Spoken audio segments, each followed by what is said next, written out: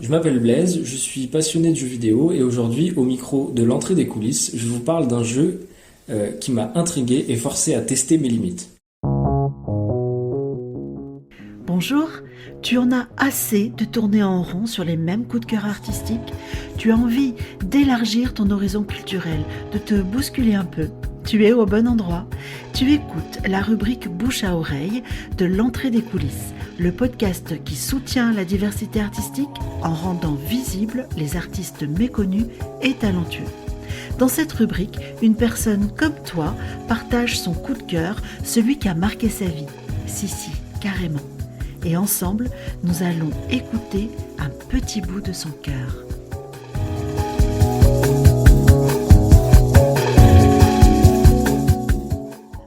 Blaise, Oui. est-ce que tu peux nous raconter comment tu as découvert l'artiste dont tu vas nous parler? La première fois que tu y as été confronté.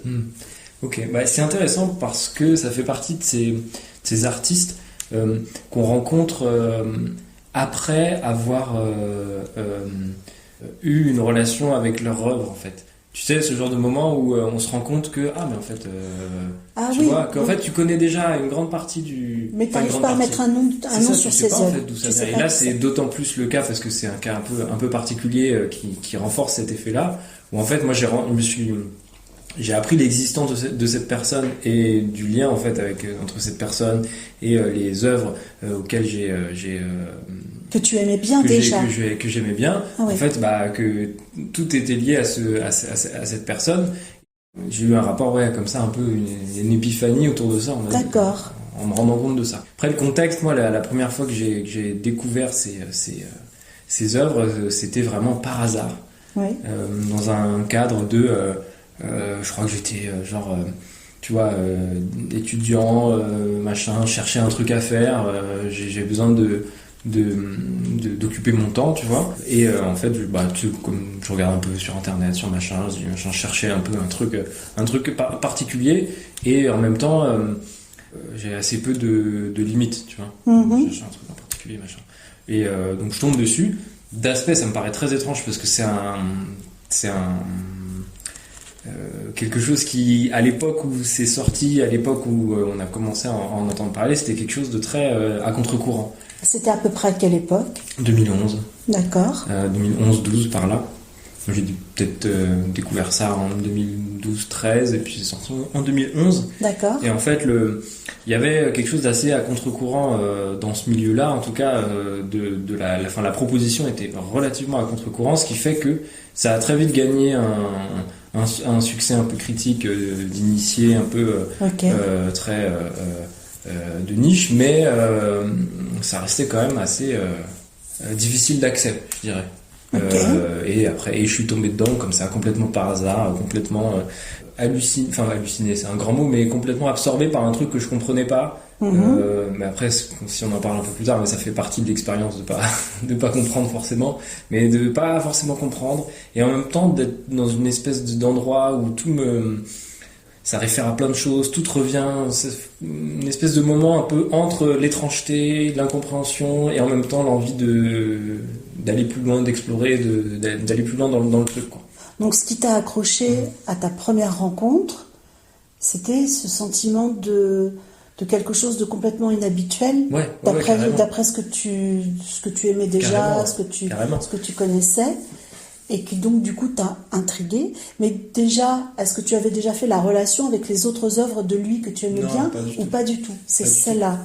Et donc une une grande incompréhension vis-à-vis des mécaniques qui sont proposées, vis-à-vis de la philosophie générale du jeu, qui est, comme je disais, qui est complètement à contre-courant. Ouais. Et je peux donner des exemples.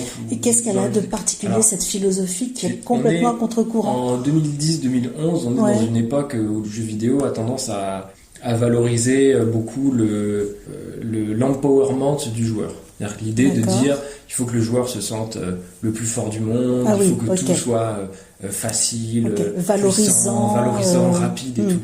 Et en fait, ce jeu arrive avec une proposition radicalement différente où en fait on se retrouve un peu à l'ancienne, je dirais, mais pas vraiment, où on se retrouve avec un personnage pas forcément très fort, pas forcément où tout est difficile. C'est un vrai l'exploration de l'univers qui est créé, qui est un peu sombre. Et enfin, c'est un jeu qui est dans un univers de fantasy un peu classique, mais en même temps un peu plus sombre, avec une relation aux échelles qui est assez particulière aussi, parce qu'on a un personnage qui est assez petit et certaines échelles sont énormes. Enfin, il y a toujours l'impression d'avoir un personnage trop petit pour l'univers dans lequel il est, qui porte des armures trop lourdes pour lui, du coup il est un peu lent, utilise une épée mais qui est démesurément grande. L'anti-héros, quoi. Ouais, il y a de ça, parce que en fait on est dans le jeu, on est un no one, quoi, n'importe qui. Et il y a toute une idée même philosophique dans le jeu en disant en fait tous les joueurs sont des no one, et l'idée c'est de même un no one peut réussir à aller jusqu'au bout de l'épreuve et jusqu'au bout de l'aventure. Et cette philosophie-là, elle arrivait complètement... Et du coup, pourquoi ça t'a autant intéressé, cette philosophie? Comment ça résonnait en toi? Est-ce que du coup, ça venait bousculer ta façon de penser, peut-être même?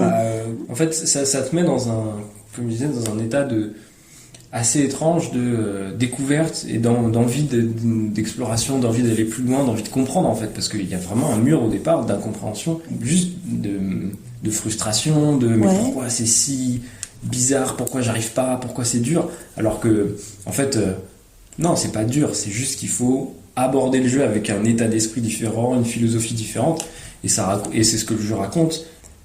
Tu dois répondre à une quête, mais en fait t'es pas un personnage qui existe avant de la faire, cette quête, en fait. D'accord. T'es juste n'importe qui. Et la composante un peu principale aussi du jeu, c'est que en fait, le monde est... c'est pas un jeu qui se joue en ligne avec d'autres joueurs. Par contre, tous les joueurs qui jouent au jeu peuvent se laisser des messages à certains endroits. C'est-à-dire que t'arrives devant un endroit... dans un niveau, t'arrives devant un endroit qui est difficile, et ben il y a un joueur qui va te mettre un message, attention à droite, là il y a un truc, machin. Et en fait, alors c'est des messages scriptés, tu peux pas vraiment décrire, mais il y a comme ça. Et du coup, il y avait tout un truc d'entraide, tu vois, où en fait tout le monde galère, mais en fait tout le monde essaye de s'aider en communiquant comme ça, via messages un peu interposés. Il y a un truc un peu diffus comme ça. T'as l'impression de faire partie d'une communauté quand même. Ouais, bah oui, c'est ça en fait, où tout le monde est de son côté, mais pourtant il y a vraiment une sensation d'aider. Alors après, il y a toujours les petits malins qui vont mettre des messages pour t'enduire d'erreurs, tout ça, mais ça fait partie du jeu. Et en tout cas, moi, par rapport vraiment à moi, je découvre le jeu à un moment où je suis genre début de fac, donc assez seul. En tout cas, tu vois, ce moment un peu au début de l'université, t'as encore t'as des amis du... T'as pas trouvé encore tous tes repères, t'as pas encore tous tes nouveaux potes. Un peu seul, machin. Et t'as ce truc-là qui me tombe dessus, où en fait j'ai l'impression de... Est-ce que c'était comme une espèce de miroir de la réalité que tu vivais? Il y a de ça, parce qu'en fait tu te dis ok, bon là je suis... dans le jeu je suis personne, mais vas-y je vais y arriver, tu vois. Et finalement... dans la vraie vie, ça connecte un peu ça aussi, où tu te retrouves là tout seul au milieu de... avec plein de faiblesses, de 200, avec plein 300 d'obstacles. T'es là, faut que tu trouves le bureau 304B, je sais pas quoi, tu sais pas où c'est. Et t'as un étudiant qui te donne un message pour pouvoir y arriver. Ouais, non, mais il y avait ce truc-là. En vrai, je pense qu'en discutant, je fais des liens aussi là maintenant, parce qu'avec le recul, tu vois. Bien sûr. Mais il y a ce truc un peu particulier du moment auquel j'ai commencé à jouer à ce jeu-là, et surtout du coup depuis ce jeu qui me touche particulièrement, dans quel contexte émotionnel, intellectuel tu joues à quelque chose, ou alors tu écoutes de la musique, ou alors tu découvres un artiste, un film. Ça joue énormément, je trouve, dans la réception, dans comment on va le comprendre. Et il y a des fois, il y a des trucs, là particulièrement, ça a vraiment ça t'a vraiment touché, bien marché sur moi, quoi. Et encore aujourd'hui, est-ce que tu y rejoues à ce jeu ou pas du tout? Assez régulièrement. Alors, quand je dis régulièrement, je dois y rejouer peut-être une fois par an, une fois tous les 2 ans. De temps en temps, en tout cas, tu y reviens. Est-ce que tu retrouves les mêmes sensations ou pas? Parce que depuis, tu as quand même fait du chemin. Non, pas du tout. Après, c'est des jeux qui...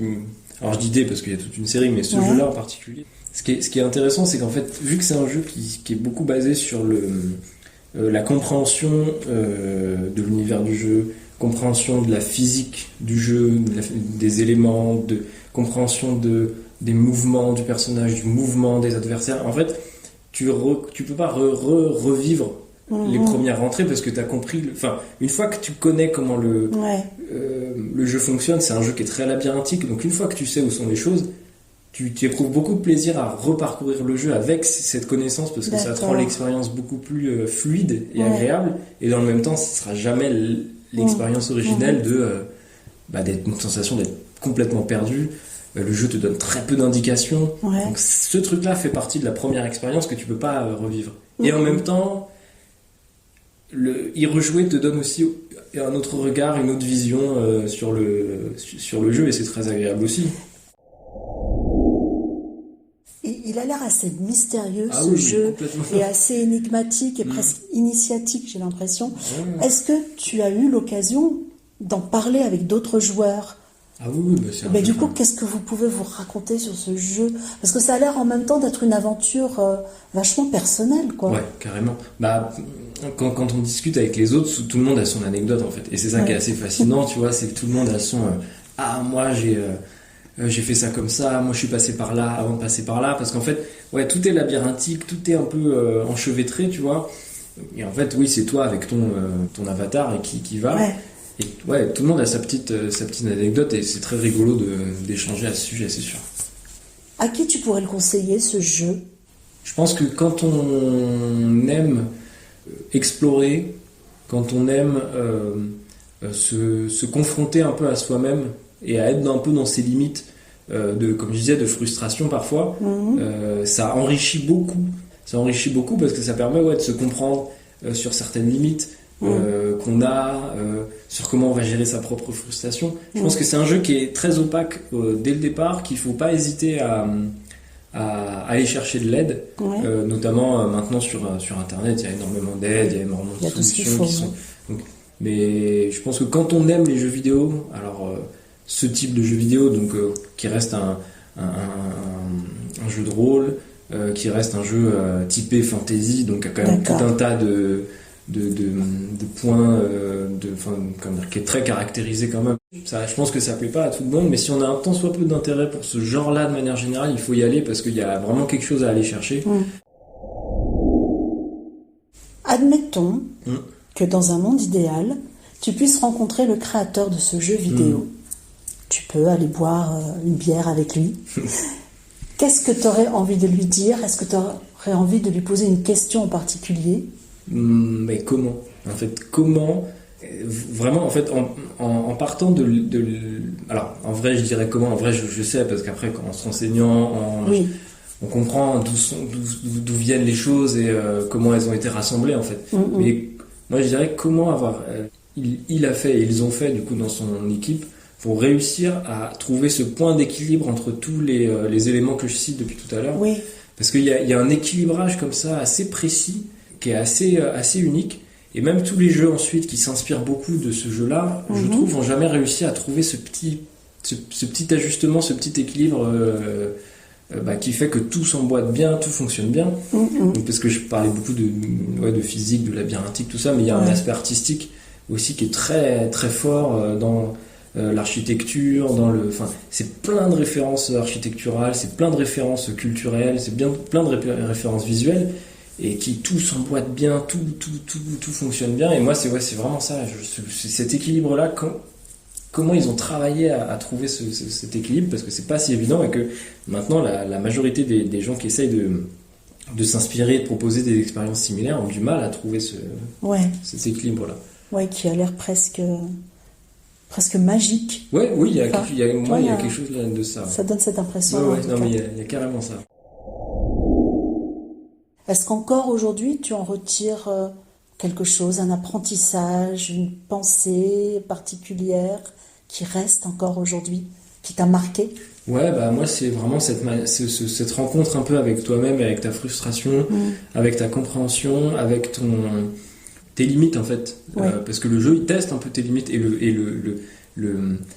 c'est ça, on parlait d'équilibre, mais c'est cet équilibre dans réussir à te tester, à te mettre dans tes limites, et en même temps que ça paraisse jamais ni insurmontable, ni injuste. Ça. Oui. Il y a un truc comme ça où... C'est pas décourageant quand même. Non, c'est jamais décourageant. Enfin, ça peut l'être. Mais mais voilà. Tout est fait quand même pour que tu puisses avancer et t'en sortir. Il faut... Et c'est cette rencontre un peu avec soi-même là-dedans et dans aussi tout le rapport que tu peux entretenir avec les jeux vidéo de manière générale après. En fait, ça t'apprend aussi une certaine manière de jouer, une certaine philosophie de jeu et pas de jeu au sens... Par exemple, le jeu qui serait aux antipodes, l'anti-jeu par rapport à celui-là, ce serait quoi que tu pourrais donner comme exemple? Ouais, j'ai pas forcément de titre en tête, mais en tout cas un jeu par exemple ou de type de jeu en face. De gestion, tu vois, un très PC, clavier, souris, machin, qui va plus être dans le... Je gère ma ferme. C'est ça, par exemple, voilà, là... Je mène le combat avec mes équipes, c'est ça, plutôt ça. Par exemple, ou des jeux plus de contemplatifs, par exemple. Aujourd'hui, qu'est-ce que ça te fait de parler de ce jeu-là particulièrement et de son créateur, dont tu vas bientôt nous révéler le nom? Ça me fait, je suis très heureux parce que je suis très heureux d'en parler. Et puis surtout, comme je disais, de parler du lien particulier que tu peux entretenir avec un jeu comme ça. Puis je trouve que ça permet aussi de rendre hommage à un métier, donc on n'a pas encore parlé de la personne en question, mais un métier que j'ai découvert aussi un peu avec cette personne, parce qu'en se renseignant en fait on comprend un peu comment les jeux vidéo sont faits, quels rôles existent en fait, et qui est du coup game designer. Et en fait game designer c'est une catégorie particulière de créateurs de jeux. Enfin, en fait, dans une équipe de création, c'est la personne en fait qui va essayer de définir les règles du jeu, de construire quels vont être les objectifs du joueur, quelles sont les sensations qu'on a envie de donner, tout ça. On n'est pas du tout sur un aspect technique en fait. D'accord, oui, moi, tu vois, je pensais que c'était ça, game designer. Je pensais que c'était celui qui faisait l'esthétique. Non. Tu vois, en fait, non, c'est pas du tout ce que tu es en train de nous expliquer. Par exemple, il y a le contenu. C'est ça, il y a des game designers dans le jeu de société, par exemple. D'accord. C'est celui qui va dire, ok, le jeu, il faut qu'il fonctionne autour de telle ou telle mécanique. Ok. Et lui, il va essayer d'accorder justement des éléments esthétiques.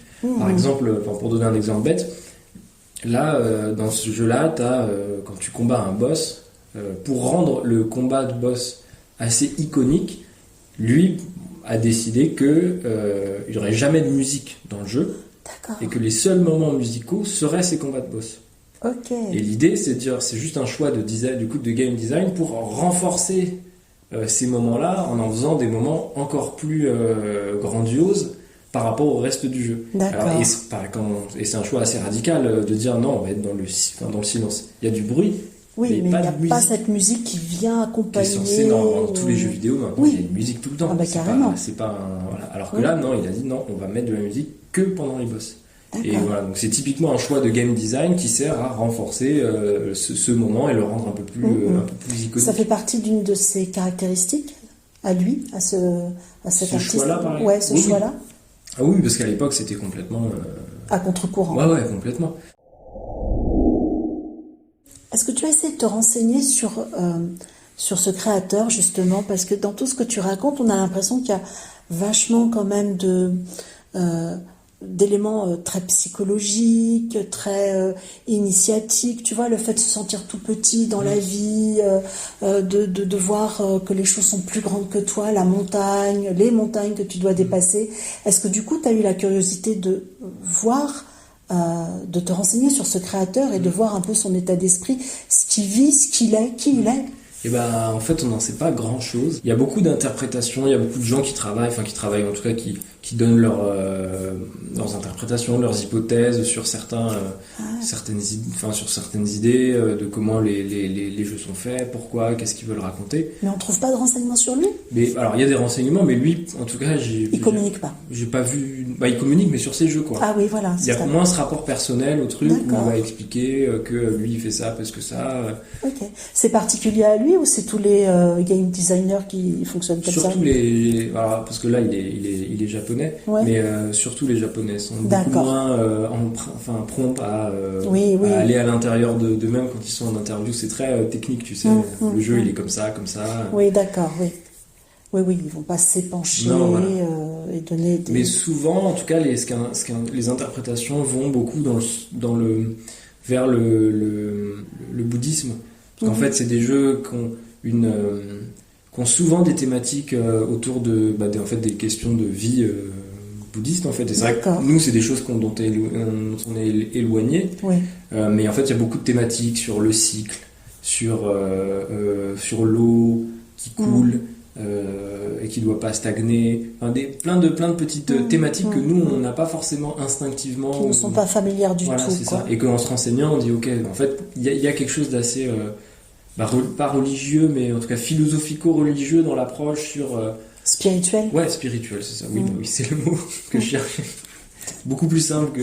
Tu me demandes, je te le donne. Voilà. Mais ouais, spirituel, en fait, sur tout est dans le jeu, tout est une histoire de cycle qu'il faut briser, et en même temps on peut pas se défaire du cycle dans lequel est emmené le monde. Enfin, il y a tout ça est un peu dit dans le jeu, et tout ça reste à l'ordre de l'interprétation. C'est pas cité directement par le créateur. D'accord. Je crois que est venu le moment que tu nous révèles qui tu nous parles depuis tout à l'heure, et donc tu nous parles de... Donc de ce game designer japonais Hidetaka Miyazaki, donc qui est un peu dans le jargon le deuxième Miyazaki, oui, qui a le même nom mais pas la même famille a priori, mais le même nom. Donc qui est un game designer japonais qui travaille dans un studio qui s'appelle From Software, qui est un studio japonais depuis 2005 ou 2006 je crois. Et en fait, au fil du temps, il est devenu du coup le lead designer du studio, parce qu'en fait, avant, le studio proposait différents jeux, différentes licences de jeux, et en fait, tout s'est un peu rassemblé autour de Dark Souls et ses suites, parce que ils ont remarqué, c'est ce qui a vraiment sorti le studio, l'a mis sous la lumière. Et il est toujours vivant Oui, bien sûr. Oui, bien sûr. Ils ont sorti il y a 2 ans, en 2022, leur dernier jeu qui s'appelle Elden Ring, qui est une vraie suite spirituelle de Dark Souls. Et moi, ils continuent de travailler, ils continuent de sortir des choses, et je suis toujours très attentif à ce qui se fait. Impeccable. Écoute, merci beaucoup. Je t'en prie. Et à très bientôt peut-être pour un nouveau coup de cœur. Ouais. Sait-on jamais. Oui, il y en a d'autres, il y en aurait plein d'autres. J'en doute pas. Je n'aurais jamais pensé parler de jeux vidéo, car je dois bien l'avouer, je ne joue jamais aux jeux vidéo. Je suis un peu hermétique à tout cet univers, même si je n'ai absolument rien contre. En tout cas, je remercie infiniment Blaise de m'avoir parlé de ce coup de cœur vidéo, de ce jeu Dark Souls, de m'avoir fait découvrir un métier, game designer, que je ne connaissais absolument pas, ou très mal, vous avez pu l'entendre. J'espère que cet épisode vous a plu. Si vous avez déjà joué à ce jeu, si vous le connaissez, n'hésitez pas, venez m'en parler sur l'Instagram de l'entrée des coulisses. Et puis Blaise pourra aussi vous répondre si besoin. Allez, zou, on referme cette rubrique et on se retrouve pour l'épisode long format, l'interview intimiste d'un ou d'une artiste. À bientôt.